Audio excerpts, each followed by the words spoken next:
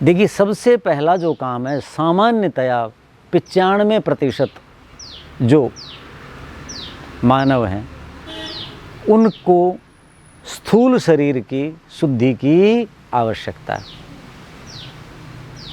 बहुत कम, 5 भी क्या 2% ही होंगे जिनका स्थूल शरीर शुद्ध होगा। प्राकृतिक चिकित्सा वाले तो वर्ष भर बताते रहते हैं, करते रहते हैं। तो हमें मोटे रूप से क्या ध्यान देना है, यदि मैं प्राकृतिक चिकित्सा की दृष्टि से कहूँ, श्वेत सार का सेवन नहीं करना उपवास में। श्वेत सार, श्वेत मानी सफ़ेद है, सार जिसका, जैसे चीनी, जैसे खांड, जैसे मैदा, जैसे आलू, ये आप उपवास कर रहे हैं और इन चीज़ों का सेवन कर रहे हैं तो आपको लाभ बहुत कम हो रहा होगा, हानि भी हो सकती है। श्वेत सार वर्ष भर ही कम लेने चाहिए। और उपवास जो हम करते हैं नवरात्र में, वो इसीलिए करते हैं कि ये तो लेने ही नहीं है, क्योंकि श्वेत सार सबसे ज़्यादा क्या करते हैं, कफ और पित्त पैदा करते हैं। और दोनों जो नवरात्र हैं हम उसी के निमित्त तो करते हैं कि वासंती नवरात्र में कफ कुपित हो जाता है, वो सम हो जाए, उसका शमन हो जाए, और वहाँ पित्त का शमन करने के लिए करते हैं शरद ऋतु में, जो सितंबर अक्टूबर में आते हैं। तो सबसे पहले इस चीज़ को समझ लें। अब उसमें सुश्रुत क्या कहते हैं, इस ऋतु में क्या लेना चाहिए, यव मुद्ग मधु प्रायम वसंते भोजनम हितम। भोजन की बात कर रहे हैं वसंत ऋतु की, तो वसंत ऋतु में उपवास कर रहे हैं, तो भोजन में जो नहीं कर पाते, कम से कम उपवास में तो कर लें इसको। क्या लिखा है, यव जो, मुद्ग मूंग, और मधु प्रायम, मतलब इन खाद्य पदार्थों की जिस भोजन में अधिकता हो वो भोजन वसंत ऋतु में हितकारी है। अब इसके पीछे सिद्धांत क्या बताया आयुर्वेद का, कि कफ है, जो है उसमें कषाय रस है, जो में क्या है, कषाय रस है, रुक्षता पैदा करता है। कफ किसका नाम है, तरलता का नाम है। मुद्ग मूंग, मूंग जो है वो भी एकदम बीमार हो कोई व्यक्ति हो, बहुत हल्का, उड़द की दाल नहीं लिखी ना इसमें, क्योंकि उड़द बहुत ज़्यादा कफ पैदा करता है, बहुत गरिष्ठ है, बहुत उससे मांस मेद आदि बनता है, तो वो नहीं, इसलिए मूंग में हल्का सा कषाय रस है और वो कफ पैदा नहीं करता, बहुत सुपाच्य सरल है। और मधु, शहद जो है वो कषाय अनुरसम है। किसी को खांसी जुकाम हो जाए सर्दी में भी आप देखो शहद चाटने के लिए देते, क्यों, कि वो कफ को सुखाता है। जो मोटे लोग हैं उनको क्या कहा जाता है, आप शहद का सेवन करें, क्यों, कि वो जो शरीर में मोटापन क्या है, कफ का नाम है, कफ जो धातु है वो बढ़ जाती है, उसी का नाम मोटापन है। तो ये जो है वसंत ऋतु में, इसका मतलब क्या है, नवरात्र में जो अन्न गरिष्ठ चीज़ खा रहे थे, अन्न, वो छोड़ करके जौ का सेवन करें, जौ का दलिया ले लें, जौ की में कुछ मूंग की दाल, खिचड़ी डाल करके ले लें, मूंग की दाल ले लें। सबसे उत्तम तो क्या है, आपने देखा होगा, अब इस रहस्य को पता नहीं हमारी मातृशक्ति ज़्यादा जानती हैं कि नहीं, कि जो पूजा के लिए घड़ा रखा जाता है नवरात्र में, उसके मिट्टी में, रेत में क्या डालते हैं, मिलाते हैं, जौ मिलाते हैं। वो यही तो है, वो मंदिर के पुजारी जी ने बताया तरीका। यदि वैद्य बताते, मेरे जैसा कोई आचार्य बताता, तो ये लोग नहीं मानते। वो पूजा से जोड़ दिया तो वो किया जाता है। अब वो क्यों किया जाता है, या तो जौ का सेवन करो, उपवास करना, भाई अन्न नहीं खाना, तो क्या करो, जवारे नाम है उसका, जवारे जौ के होते हैं, गेहूं के नहीं। कोई कहेंगे जी गेहूं के जवारे, ये ऐसे ही है जैसे तेल, तिल से जो निकलती है स्नेह, उसको तेल कहते हैं, लेकिन सरसों वाले को भी कहने लग गए। तो ऐसे ही जवारे गेहूं के नहीं होते, वो जौ के ही हैं। तो क्या करें, वो जो रखा जाता है उसके पीछे भी विज्ञान है कि आप उपवास करेंगे और उपवास के बाद जब 2, 3, 4 दिन हो जाएंगे, कोष्ठ आपका साफ हो गया, उसके अंदर अन्न आदि नहीं है। कोष्ठ तो समझते हैं ना, हमारी आते हैं पाचन संस्थान। लेकिन 10 साल पुराना, 20 साल पुराना, 30 साल पुराना आंतों के अंदर मैल संग्रहित रहता है, पॉकेट बनी हुई होती हैं। वो उनसे पूछिए प्राकृतिक वाले, कठोर पत्थर जैसा भी निकलता है, ऐसा हो जाता है। तो उसको निकालने की सामर्थ्य किसमें है? जौ के जवारे में। लेकिन इस ऋतु में, वसंत ऋतु में जौ के जवारा कम लें। लेकिन वो जो ऋतु आएगी शरद ऋतु, सितंबर अक्टूबर वाले आश्विन शुक्ल पक्ष से जो हम करते हैं, उस समय जौ के जवारे ज़्यादा लेने चाहिए। क्यों? जौ शीतल होता है और उस समय पित्त होता है, उस पित्त की गर्मी को शांत करने के लिए। और फिर वो आंतों को भी बहुत बढ़िया साफ करेगा और वो करेगा। लेकिन इस ऋतु में भी हानिकारक नहीं है, हानिकारक नहीं है। तरीका क्या है कि उसके हल्के से टुकड़े से कर लें, या अपने मुख में, कच्चा तो होता ही है, गेहूं की अपेक्षा थोड़ा रूक्ष होता है, कर्कश होता है। तो वो जब आप लेंगे तो जितना आप उसको चबा करके ले सकें ले लें, और जो उसका भाग रह जाएगा, रेशे आदि, वो बाहर फेंक सकते हैं। कुछ लोग हैं कि भाई मैं थोड़ा सा अन्न लेता हूँ, मेरे से तो इतना उपवास नहीं होता, जैसे मूंग की दाल ही बना ली, दलिया ही बना लिया कि भाई मैं रोटी नहीं खाऊंगा, सब्जियां नहीं खाऊंगा, विदाही अन्नपान, मिर्च मसाले आदि, कटु, लवण, अम्ल, रूक्ष, विदाही, ये चीज़ें खाने का नियम नहीं है, तो वो छोड़ें।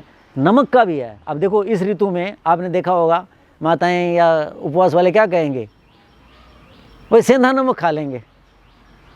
तो सेंधा नमक क्यों खाया जाता है बताइए? सेंधा नमक मीठा नमक होता है।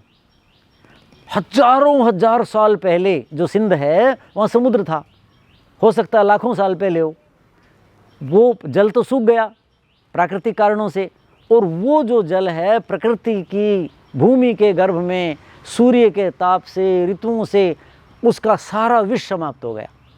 ये जो समुद्री नमक है ये विषैला होता है, ये अम्ल पैदा करता है, बाल जल्दी झड़ते हैं, वलित पलित जल्दी व्यक्ति झुर्रियाँ पड़ जाती हैं, बाल पक जाते हैं, यानी एजिंग जिसे कहते हैं ना, जल्दी व्यक्ति में आयु की अगली से अगली अवस्था आती है, इसलिए इसका निषेध है। और वो क्या है? मधुर, इसका विपाक क्या है? अम्ल विपाकी है समुद्री नमक। इसका विपाक यानी पचने के बाद अम्ल पैदा होगा। और वो जो सेंधा नमक है वो क्या है? भूगर्भ से निकाला है, जैसे रॉक साल्ट कहते हैं। वो आप देखेंगे थोड़ा डलेगा क्योंकि उसमें लवण की मात्रा कम है, मधुर रस भी है, और उसका विपाक मधुर है। उसका विपाक क्या है? मधुर है। और वो विदाही नहीं है, वो तामसिक नहीं है, राजसी नहीं है, इसलिए उसका भी सेवन न करें, क्योंकि लवण तो है उसमें लेकिन उतना नहीं है, उतना हानि नहीं करेगा। लेकिन हमारे यहाँ तो बहुत पवित्रता का ध्यान रखा जाता है ना, इसको तो देवी देवताओं से, पूजा से, अध्यात्म से जोड़ा हुआ है, तप से जोड़ा हुआ है नवरात्र को, तो उसके लिए उसका भी जो त्याग कर दें। लेकिन जो नहीं करते उनके लिए कहा कि भाई ये डाल लें, ये थोड़ा सा ले लें, तो उसका ही विधान करता बता रखा है। तो जवारे जो हैं, आप जो चीज़ खा रहे हैं, उबाल करके ले रहे हैं, कुछ ले रहे हैं, उसके अंदर भी डाल करके ले सकते हैं, तो वो और थोड़ा पाचन में आसानी होगी। जो उसका रेशा है वो जाएगा, रेशा ही तो बड़ी आंतों को साफ करेगा, और उसका जो सार भाग है, रस है, वो आंतों पिएंगी और उसको छुड़ाएंगी। जो पहले से भी श्लेष्मा, चिकनाई आंतों पे लगी हुई है, जिससे रोग होते हैं तरह तरह के, रक्त में वो चला जाता है, उन सब को ये साफ कर देता है। तो इसलिए वो जो का उसमें विधान है। मैं नहीं कहता ये मैं जो बोल रहा हूँ ये 100% सही बात है। मैंने जो आयुर्वेद लोक को देखा, अनुभव किया, उसके आधार पर मैं ऐसी ये व्याख्या कर रहा हूँ। अब जो मूंग की बात कही थी, मूंग में भी मेरा कहने का मतलब दाल की अपेक्षा मूंग को आप क्या करें? अंकुरित कर लें, और अंकुरित का सेवन करें। एक तो वो सजीव हो गया, जीवन आ गया उसमें, और फिर वो अंकुरण हो गया, तो उससे क्या होगा कि वो जो कोष्ठ शुद्धि है, अमाशय, पक्वाशय की, और विशेषकर बड़ी आंतों की, जहाँ ज़्यादा विकृतियाँ होती हैं, विकार ज़्यादा होते हैं, उसकी शुद्धि के लिए ये बहुत अच्छा है। जो अन्न बिल्कुल सेवन नहीं करना चाहते वो ऋतु के अनुसार फलों का सेवन करें, लेकिन उसमें ज़्यादातर फल ऐसे होने चाहिए जो सुपाच्य हों। उपनिषद में आता है, छंदोग उपनिषद का शायद ये मंत्र है कि आहार शुद्धौ सत्व शुद्धि, सत्व शुद्धौ ध्रुवा स्मृति। आहार शुद्धि होगी तो सत्य, सत्य किसे कहते हैं? जो दृश्यमान नहीं है, अंदर अदृश्य, यानी आपका सूक्ष्म शरीर कह लीजिए या आपके अंतःकरण कह लीजिए, उसकी शुद्धि होती है। फिर आपकी बुद्धि, स्मृति, सारी चीज़ें ठीक होंगी। बच्चों को भी करना चाहिए, उनकी बुद्धि शुद्ध होगी, शरीर ठीक होगा तो। सारे साल भर अन्नपान विदाही खा लेते हैं, तामसिक खा लेते हैं, उससे बचाव रहेगा। अब जो व्रत के बाद, उपवास के बाद व्रत करते हैं, अब देखो जिसका शरीर शुद्ध हो गया, जिसका मन जो है पहले से निर्मल हो गया, जिसकी बुद्धि में शुचिता आ गई, पहले की अपेक्षा वो निर्मल हो गई, तो ऐसी में आचार्य लिखते हैं कि सात्विक भावेन कृत संकल्प है। सात्विक अन्नपान किया, चंद्रिका में बैठ करके जाप किया, चंद्रिका में बैठ करके भजन कीर्तन किया, तो जब ऐसे सात्विक भाव से मन क्या होता है? संकल्प विकल्पात्मकम मन है, संकल्प और विकल्प करता है ये मन, ये करता है, तो ये स्थिर हो जाता है, इसकी चंचलता कम हो जाती है। श्री कृष्ण से पूछ रहे हैं ना अर्जुन गीता में, चंचलम ही मन कृष्ण प्रमाथि बलवदृढ़म। मुझे तो ये बहुत मथ डालता है, ये क्या करता है? कहते तस्य हम निग्रह मन्ने वायु रे सुदुष्कृतम। वायु को वश में कर सकते हैं, मेरे बस का नहीं है। श्री कृष्ण कहते हैं हाँ बिल्कुल बिल्कुल, लेकिन अभ्यासेन कौन्तेय वैराग्येण गृह्यते। पहले अभ्यास करो, तो अभ्यास क्या है? ये व्रत उपवास है, ये कम लूँगा, ये नहीं लूँगा। जब आप ये व्रत करते हैं, कब करते हैं? उपवास पूर्वक व्रत करते हैं। एक आप समोसा खा करके कहोगे मैं व्रत करूँगा, अल्लम गल्लम कहा करते हैं हम, ये जो पानी चटपटा सा डलता है, उसमें एक गोल गोल सा होता है, और ये निरी चीज़ें जो रेडियो पे बिक रही हैं, जो संसार बावड़ा हो रहा है जिसके पीछे, विशेषकर बच्चे, बड़ी उम्र के लोग भी बुरा हाल है, वो सब तामसिक चीज़ें हैं, विदाही हैं। और फिर रखी हुई जिसमें अम्ल पैदा हो जाता है, वो तो विकार ही है ना, अम्ल तो अल्कोहल पैदा हो जाता है उनमें, किसी में कम किसी में ज़्यादा। तो वो करके मैं संकल्प लेता हूँ कल से ऐसा उत्तम कार्य करूँगा, किसी को अपशब्द यानी जिसे गाली कहते नहीं दूंगा, मैं क्रोध नहीं करूँगा, किसी की हानि नहीं करूँगा, प्रातःकाल समय से उठूँगा, बिना स्नान किए कुछ ग्रहण नहीं करूँगा। ये सारी चीज़ें जो कर सकते हो कर, एक आप कब करोगे? नवरात्रों में उपवास करो, चंद्रिका में बैठो, जाप करो। तो वही बात आचार्य लिखते हैं, सात्विक भावेन कृत संकल्प स्थिरो भवति, स्थिर होता है। संकल्प मन का काम है। मन के बाद क्या है? बुद्धि। बुद्धि क्या है? अध्यवसाय, निर्णय करती। तो क्या कहा? तेन ही सुस्थिरा सरला शोभना। बुद्धि स्थिर हो जाती है, सरल हो जाती है, निर्मल हो जाती है, उसमें प्रसन्नता आ जाती है। गीता में ना प्रसादे सर्व दुखाना, प्रसाद का मतलब बुद्धि निर्मल हो जाती है, हलचल नहीं रहती कुछ भी। सर्व दुखाना मानी, तो जीवन यात्रा सरल हो जाती है। फिर हम जीवन यात्रा के लिए तो कर रहे हैं ना सारा। तो पहला जो कार्य है उपवास का, वो क्या है? स्थूल शरीर की शुद्धि, वो आहार विहार और ये सारी चीज़ें। और व्रत से क्या होता है? जो सूक्ष्म शरीर, सूक्ष्म शरीर क्या होता है कि मन बुद्धि, पांचों ज्ञानेंद्रियां, सूक्ष्म भूत, इनको मिलकर के जो है सूक्ष्म शरीर होता है, ऐसा दर्शन शास्त्र में लिखा है। वो जो सूक्ष्म शरीर है वो क्या करता है? ये स्थूल शरीर तो इस जन्म में सबके सामने मिट्टी में मिल जाएगा, कोई भी पद्धति हो, अग्नि की हो, कोई भी हो। लेकिन सूक्ष्म शरीर के लिए आचार्य लिखते हैं उसी के अंदर सारे भाव रहते हैं हमारे, और वो संसरती एक जन्म से दूसरे जन्म में जब हम जन्म लेते हैं जाते हैं, तो वो सारे हमारे भावों को ढोता फिरता है जन्म जन्मांतर तक, जब तक मनुष्य की मुक्ति नहीं हो जाती। तो उसकी शुद्धि भी तो जरूरी है, उसके लिए व्रत जरूरी है।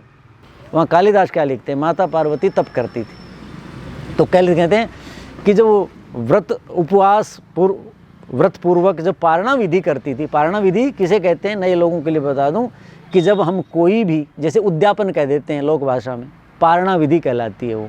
यानी जो आपने व्रत किया, उपवास किया, व्रत किया और उसका समापन जो है उसको पारणा विधि कहते हैं। उसके बाद भी एकदम कुछ नहीं खाना, कि लोक में क्या कर रहे हैं लोग, जिस दिन उपवास खत्म हो गया उसके बाद खूब भारी चीज़ें खा लेते हैं, घरों में देखने को मिलता है, तली हुई चीज़ें खा रहे हैं, ये तो हानि हो गई। आप देखो कोई लोग भूख हड़ताल करते हैं और करते हैं, उनको पहले क्या पिलाते हैं चिकित्सक, वो तो विशेषज्ञ हैं, जूस पिलाते हैं कि इतने दिन से अंदर कुछ नहीं खाया, बीमार हो जाएगा। तो सुपाच्य अग्नि पाचक रस कार्य नहीं कर रहे तो थोड़ा थोड़ा देते हैं। तो ये वही चीज़ है, वो उसके पीछे भाव भिन्न था, दबाव था, हिंसा का भाव था कि किसी को मैं दबा लूँ, अपनी बात मनवा लूँ, उसके पीछे ये भाव है, स्वार्थ है। कई अच्छे भाव के लिए भी हो सकता है, लेकिन है तो वो मार्ग अच्छा नहीं है, हम अपनी बात मनवाना चाह रहे हैं ना। ये जो व्रत उपवास हैं इसमें क्या है, सात्विकता है, तप है, भक्ति है, ये अनुष्ठान है। इसमें जब हम व्रत उपवास करते हैं तो उसके बाद धीरे धीरे अपना अन्नपान आदि बढ़ाएं जठराग्नि के अनुसार, नहीं तो ये व्यर्थ हो जाएगा। लोग क्यों करते हैं, लाभ के लिए कर रहे हैं ना, देवी की कृपा हो जाएगी, उसकी हो जाएगी, उसके कारण ये जैसे तैसे किया और फिर खा लिया ना। पंडित जी को आयुर्वेद आचार्य जी ने इसलिए कहा था कि जी आपका कहना मानते हैं ये, तो आप इनको थोड़ा कर्मकांड इसका बना दो और ये बता दो, नहीं तो ये बहुत बीमार होते हैं लोग, और हम नहीं चाहते कि रोगी हों लोग, स्वार्थी तो थे नहीं वैद्य लोग। तो वो पद्धति बताई थी, और उससे क्या है, शारीरिक और मानसिक यानी अंतःकरण, मन और बुद्धि, स्थूल शरीर और सूक्ष्म शरीर दोनों को शुद्ध करना है, ताकि व्यक्ति अगले जन्म में भी जाए तो अच्छे भाव लेके जाए, अगले जन्म में भी जाए तो अच्छे संस्कार लेकर के जाए। बोलो आचार्य शंकर, आचार्य दयानंद, महात्मा बुद्ध, महावीर स्वामी, रामानुजाचार्य, कितने संत हुए हैं जो, गुरु नानक देव जी, और ये सब क्या थे, कोई एक जन्म की है क्या, कितने छोटी उम्र में ही कुछ। तो वो सूक्ष्म शरीर पिछले जन्म जन्मांतरों के भावों को, संस्कारों को ढोता है, तो उसको भी करना है, तो उनसे ये करना है। जो मैं माता पार्वती की बात बता रहा था, तो वो क्यों करते थे हमारे यहाँ, इसलिए करते थे जो अभी प्रयोजन बताया, तो वो तब करती थी।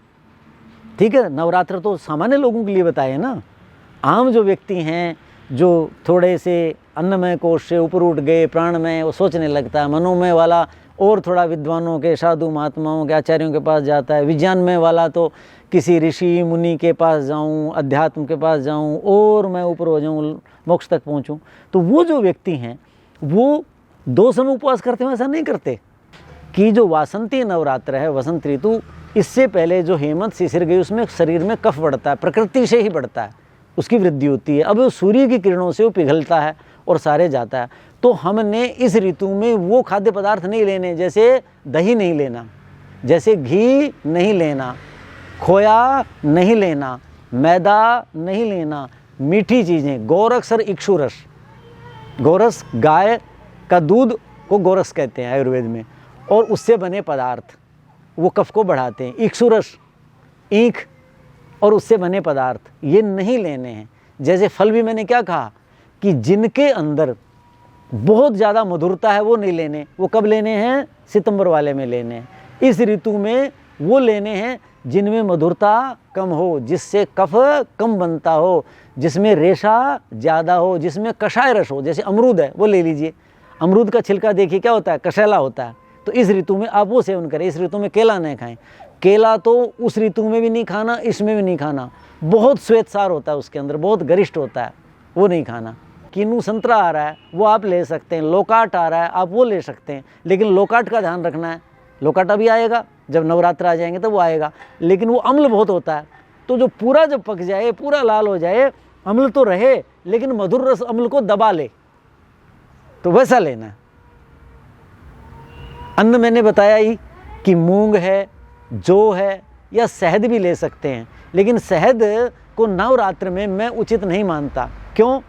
शहद जो है वो हिंसा है, शहद जो है वो उनका है, उन्होंने इकट्ठा किया हुआ है, पता नहीं किस रूप में किसने संग्रह किया हुआ है, तो वो उसको प्राप्ति करने के लिए हिंसा होती है। और हम नवरात्र जैसे अध्यात्म के पावन जो अनुष्ठान कर रहे हैं उसमें हम वो लें तो वो उस अनुष्ठान के अनुरूप नहीं है। आयुर्वेद की दृष्टि से अच्छा है, लेकिन अध्यात्म की दृष्टि से शायद अच्छा नहीं। साधक की दिनचर्या कैसी हो? कब उठे, कब विहार करे, कब सोए? अध्यात्म वाले व्यक्ति हो, गीता में आता ना, या निशा सर्वभूतानाम तस्याम जागृति संयमी यस्याम जागृति भूतानी सा निशा पश्यतो मुने। उसका सीधा अर्थ तो अलग है कि योगियों की जो रात है सामान्य मनुष्यों का वो दिन है, सामान्य मनुष्यों का जो दिन है योगी की वो रात है। लेकिन इसका आध्यात्मिक अर्थ है, क्योंकि वहाँ स्थिर बुद्धि ऋषि की बात हो रही है दूसरे अध्याय में, तो वही चीज़ यहाँ लागू होती है। जो सारे लोग नवरात्र कर रहे हैं सब एक जैसे नहीं हो सकते। अन्नमय कोश के लोग हैं वो भी कर लेते हैं कुछ, प्राणमय वाले तो करते ही हैं काफ़ी, क्योंकि पंडित जी ने कहा है मानना ही मानना है। मनोमय वाले संकल्प विकल्प करता है ना मन, तो उधर भी हो जाते हैं, प्राणमय और विज्ञानमय वाले की तरफ भी चले जाते हैं। उनमें दो भेद हो जाते हैं और सदा एक बुद्धि रहती भी नहीं है मनुष्य की। किसी दिन मन कर रहा है कि वो अरे वो अच्छा कर रहे थे, उन्होंने तो ये किया था मैं कर लूँ, कर अरे मेरे बस का तो है नहीं भाई, वो जो विज्ञान में कोश वाले ऐसा कर रहे थे मैं तो यही कर लूँगा, तो वो प्राणमय की तरफ भी आ जाता है। तो ये जो अलग अलग स्तर है, तो क्या होता है कि ये स्तर क्या है, वहाँ योगी क्या कहता है योगी के बारे में, जो श्री कृष्ण महाराज कह रहे हैं अर्जुन को कि भाई सामान्य मनुष्य जिन विषयों में सोए रहते हैं, रात्रि का मतलब क्या हुआ, सोए रहते हैं, जीवन के पुरुषार्थ के बारे में, जन्म जन्मांतर के बारे में, संस्कारों के बारे में मैं और आध्यात्मिक उन्नति कर जाऊं। सामान्य मनुष्य उस में सोया रहता है और योगी उसमें क्या करता है, जागता है। उसका दिन है मतलब क्या, उसमें वो जागता है, जागरूक रहता है, उसके प्रति सचेष्ट रहता है। और जिन विषयों में ये मनुष्य जाग रहा है, ये खा लूँ वो पी लूँ, कब ये नवरात्र जाएंगे, वो तो ये खा रही थी बहन जी, मेरी मम्मी तो ये खाया करती, मेरी नानी तो ये, मेरी दादी तो ये, क्या हो गया वो भी तो ले रहे हैं हम भी ले लें, इसमें जागरूक हैं। जागे हुए मतलब क्या है, इस तरफ ही जिनका ध्यान है, सचेष्ट हैं सामान्य मनुष्य। योगी इस विषय में सोया हुआ है और ये व्यक्ति उधर सोए हुए हैं कि क्या अच्छा करूं, क्या अच्छा करूं, क्या अच्छा करूं, उधर ध्यान ही नहीं होता। अरे क्या फ़र्क पड़ता, अरे छोड़ो ना, किसको मोक्ष मिला है, अरे किसने क्या उन्नति कर ली, ऐसा कुछ नहीं होता। तो ये क्या है, सामान्य अन्नमय और प्राणमय कोश वाले उस विषय में सोए हुए हैं, अध्यात्म के मार्ग में, मुक्ति के मार्ग में। कि पार्वती जब पारणा विधि की उन्होंने अपनी, नवरात्र शब्द नहीं है वहाँ कालिदास के कुमार संभव में, लेकिन वो तपस्या कर रही हैं, तो तपस्या की पारणा विधि क्या होती थी, स्वयं उपस्थित अम्बु केवलम, स्वयं अपने आप भी जल लेने या नहीं भी, स्वयं उपस्थित का मतलब क्या हुआ, प्रकृति से जो मिला हुआ। एक तो वर्षा, दूसरा क्या है, अवस्याय ओस, वायु में जो प्रातःकाल नमी होती है कि नहीं होती, कितना जल होता है उसके अंदर। आप घास पे देखिए और चीज़ों पे देखिए, तो आप उस जल उससे श्वास लेंगे तो आपके शरीर के अंदर श्वास के माध्यम से जल गया कि नहीं गया। जैसे वर्षा ऋतु में आप हैं, जिस दिन खूब वर्षा है कुछ, कितनी बार लघु शंका जाते हैं, क्यों जा रहे हैं, क्योंकि वायु में इतनी नमी है। तो हमारे शरीर की त्वचा जो है उसके माध्यम से, श्वास के माध्यम से जल मिल रहा है या जल निकल नहीं रहा। तो अयाचित उपस्थित का मतलब है प्रकृति से ही, जो वायु से, वर्षा से, इन्हीं से जो जल मिल जाता था। या पार्वती क्या करती थी, अपर्णा कहते थे उसको, यानी पेड़ के पत्ते वगैरह ये तो लेना खुद गिर जाते थे, ऋषि मुनि वो लिया करते हैं, तो वो भी छोड़ दिए थे उसने, कहते हैं। तो कहते हैं कि वो जल लेती थी जो प्रकृति से बिना मांगे मिल गया। और जो मैंने सोचा अयाचित का मतलब ये है। फिर क्या कहा, रसात्मकस्य उडुपते रश्मयः। जब मैं ये साहित्य पढ़ता हूँ, आयुर्वेद पढ़ता हूँ, धर्मशास्त्र पढ़ता हूँ, ज्योतिष पढ़ता हूँ, उसके बाद मैं किसी निष्कर्ष पे पहुँचता हूँ और फिर पांचवी चीज़ लोक में देखता हूँ, अनुभव करता हूँ। तो वहाँ क्या लिखा, रसात्मक से, सूर्य क्या है, आग्नेय है, रस नहीं है उसमें, रुक्षता है। और चंद्रमा क्या है, रसात्मक है, रस ही है आत्मा जिसकी, सब में रस का संचार करता है। वो शीतल है, वो आह्लादक है। उसकी चंद्रिका कैसी है, पतिरौषधि नाम कहा ना चंद्रमा को, औषधियों का वो स्वामी है।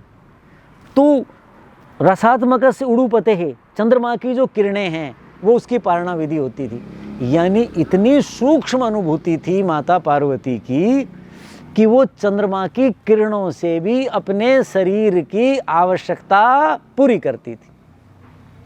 और देखो चंद्रमा का संबंध किससे है? सूक्ष्म शरीर से। चंद्रमा मनसो जाता है, ऐसा वेद में लिखा है। विराट पुरुष के मानस तत्व से चंद्रमा का जन्म हुआ है। तो हमारा अब देखो अमावस्या पूर्णिमा वगैरह को यज्ञ का विधान है कि नहीं है? ये कार्य नहीं करना, ये नहीं करना, पर्व माना गया। उन दिनों क्या होता है? हमारे शरीर में जलीय अंश ज़्यादा है, 60% से भी 65-68 कितना बताते हैं वो है। तो इसका प्रभाव पड़ता है। जैसे समुद्र में, बड़े जलाशयों में, ऐसे ही हमारा शरीर भी बहुत बड़ा जलाशय, जितना पिंड है उसमें इतना जल। जैसे पृथ्वी पे जितना जल है स्थल की अपेक्षा, ऐसे ही हमारे शरीर में भी तो उस पर प्रभाव पड़ता है उसका। लेकिन आम व्यक्ति को पता नहीं पड़ता। तो ज्यों ज्यों हम अपनी साधना करते हैं, ज्यों ज्यों हम विदाही अन्नपान से दूर होते हैं, ज्यों ज्यों कछुए की तरह सांसारिक अन्य चीज़ों से अपने अंतःकरण और बाह्य जो ज्ञानेंद्रियां, विशेषकर जिसे आप सेंस कहते हैं, कर्मेंद्रियों के बाद छोड़ दिए, ज्ञानेंद्रियां, उनको और स्वच्छ निर्मल करते हैं तो हमारी अनुभूति बढ़ जाती है, वो बढ़ जाती है। तो पार्वती की ये स्थिति थी। तो वो चंद्रमा की किरणों से भी क्या करती थी?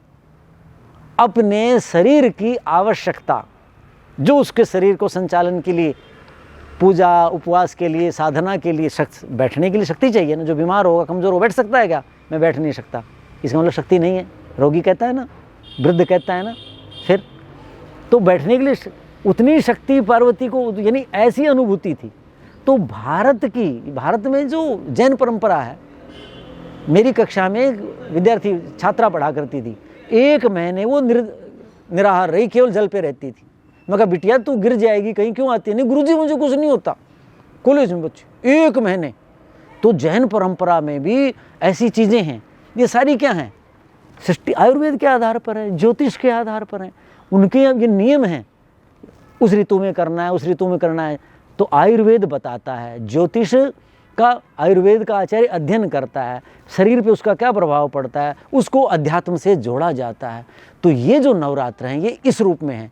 तो हम जब वासंती नवरात्र करें तो हर वो चीज़ करें। लेकिन मान लो कोई व्यक्ति कफ प्रकृति का है, किसी के जोड़ों में दर्द है, तो वो चंद्रिका में जब बैठे वसंत ऋतु में, तो वो कुछ ओढ़ करके बैठे। क्योंकि कई बार जल्दी नवरात्र आ जाते हैं, जब हर साल 11 दिन का फर्क पड़ता है ना चंद्रमा के अनुसार। तो जब पहले आ जाते हैं, जैसे अगले साल और पहले आएंगे, इस बार पिछले साल से पहले आए थे क्योंकि मलमास था। तो ऐसे वो लोग ओढ़ करके बैठे, चंद्रिका की तरफ मुंह करके। सूर्य की तरफ मुंह करने का नियम नहीं है, अर्कम पृष्ठतः सेवेत, सूर्य का पीठ से सेवन करने का नियम है। लेकिन चंद्रमा को आप मुख से सेवन करें। वो थप्पड़ नहीं मारता, सूर्य तो थप्पड़ मारता है।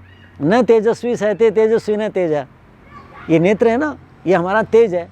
सूर्य सहन नहीं करता, उसे कहता चुप, बंद कर देता है एकदम से। तो इसलिए सूर्य का नियम है पीठ से सेवन करो। लेकिन चंद्रमा शीतल है, आह्लादक है, लाड प्यार करता है हमसे, वो रसात्मक है। उसकी चंद्रिका तो साक्षात अमृतमयी किरणें हैं। तो उनमें बैठें, ओढ़ करके बैठें। खांसी जुकाम है, कुछ है, उपवास करना है तो गुनगुना जल लेकर के बैठें। जब ऐसी तंगी आए तो उसका सेवन करें। तो ये चीज़ें मोटे रूप से सिद्धांत में, अलग अलग चीज़ें बताऊं तो बहुत पदार्थ हो जाएंगे, लेकिन मोटा ये है जिससे कफ की वृद्धि होती है वो न लें, जिसके पचने में देरी होती है वो न लें। ऐसी चीज़ लें जो कषाय रस वाली हैं, जो कफ को सुखाती हैं, ऐसी लें जिनके अंदर मधुर रस नहीं है। दूध से बने पदार्थ न लें, आलू तो लेने की चीज़ है ही नहीं। इसका अध्ययन करेंगे हम आयुर्वेद की दृष्टि से, ज्योतिष की दृष्टि से करेंगे। मेडिकल, आज के मेडिकल साइंस, जिसका मैं अभी बताने जा रहा हूँ आगे, कि आज की मेडिकल साइंस क्या करती है। इसमें नोबेल पुरस्कार मिला है जापान के वैज्ञानिक को फास्टिंग पर। और हम देखते रह गए बावड़े, जो इतने परंपरा से चले आ रहे हैं। शोध की ज़रूरत है, तो वो उन्होंने क्या बताया है उस पर विचार करेंगे। तो मैं कहता हूँ कि ये चीज़ें होनी चाहिए। तो हाँ, इसमें क्या है, कमज़ोरी नहीं आती, कमज़ोरी नहीं आती है। ये जो स्थूल शरीर है, इसका जो कलेवर है, उसकी दिवाली की सफाई है, समझो। जैसे दिवाली पे सफाई करते हैं ना सारी साल की, क्यों? कि जो चीज़ थोड़ी होगी काम आ जाएगी, रख लो, चाहे वो ख़राब हो गई हो, इकट्ठी करते रहते हैं। दिवाली पे क्या करते हैं, अरे भाई जो काम की नहीं निकालो, दे दो कबाड़ी वाले को, फलाना, यानी जो काम की वही रखते हैं और सारा फेंक देते हैं। तो ये 2 बार दिवाली मान लो। जो अध्यात्म की बात नहीं करते वो ये जो स्थूल शरीर है उसकी शुद्धि के लिए उपवास करो, चंद्रिका में बैठो और ये करो। इससे क्या होता है, एजिंग अंग्रेजी में जो कहते हैं। डॉक्टरों से मेरी बात हो रही थी तो मैं कहा जी एजिंग की, हमारे यहाँ इसको कहा है वयः स्थापनम। क्या होता है, वयस कहते हैं अवस्था को, आयु अलग चीज़ है, आयु अलग चीज़ है और अवस्था अलग चीज़ है। बाल, शिशु, बालक, लड़का जिसे कहते हैं, युवा, प्रौढ़ी और वृद्धा, ये अवस्थाएं हैं। उस अवस्थाओं के अनुसार शरीर की अवस्था अर्थात वो इंद्रियां काम करें, वैसा वैसा वो कार्य करें अवस्था के अनुसार। सदा एक जैसी नहीं होंगी क्योंकि तो पूरी होंगी। जैसे कहते हैं ना, व्यक्ति चला जाता है तो कहते हैं जी पूरा हो गया। कितना अच्छा शब्द है ये। मतलब क्या हुआ कि बस जो जो आँख का जो काम था पूरा हो गया, कान का जो काम था पूरा हो गया, हृदय का जो काम था वो पूरा हो गया। सब मिलने का नाम वो तो पूरे हो गए जी। कहेंगे जी वो नहीं मिले बहुत देर, बोले जी वो तो 1.5-2 साल पहले पूरे हो गए थे, वो तो जी 6 महीने पूरे हो गए। हाँ भाई मैं तो बहुत साल में आया हूँ। कितना प्यारा शब्द है, कहीं मर गए जी, ना ना ना। तो ये चीज़ है, हम इसको मानेंगे तो हम सृष्टि की व्यवस्था को मान रहे हैं कि प्रकृति जो है वो हमें धीरे धीरे पूरा कर रही है। तो उपवास से क्या आता है लाभ, शरीर जो है उसकी कार्य क्षमता में वृद्धि होती है। क्यों? उसके अंदर जो विकार आ गए थे, काम के कारण आ गए थे, क्रोध के कारण आ गए थे, काम का मतलब कार्य जो हम करते हैं, थक गए, बिन इच्छा के कर रहे हैं, जबरदस्ती थोप दिया गया है, क्रोध आ गया है, सांसारिक कष्ट हैं जिसे संसार ताप कहते हैं जो हमें तपाते हैं, प्रतिकूल परिस्थितियां हैं, ऋतुएं हैं, उचित चीज़ न प्राप्ति होती, उससे शरीर में क्या आ जाता है, समय से पहले विकृतियां आ जाती हैं। उपवास करने से धातुएं सम होती हैं, मल शांत होते हैं। अभी मैं आयुर्वेद का बताऊंगा कि अष्टांग हृदय के जो वाग्भट्ट हैं, चरक हैं, वो क्या कहते हैं।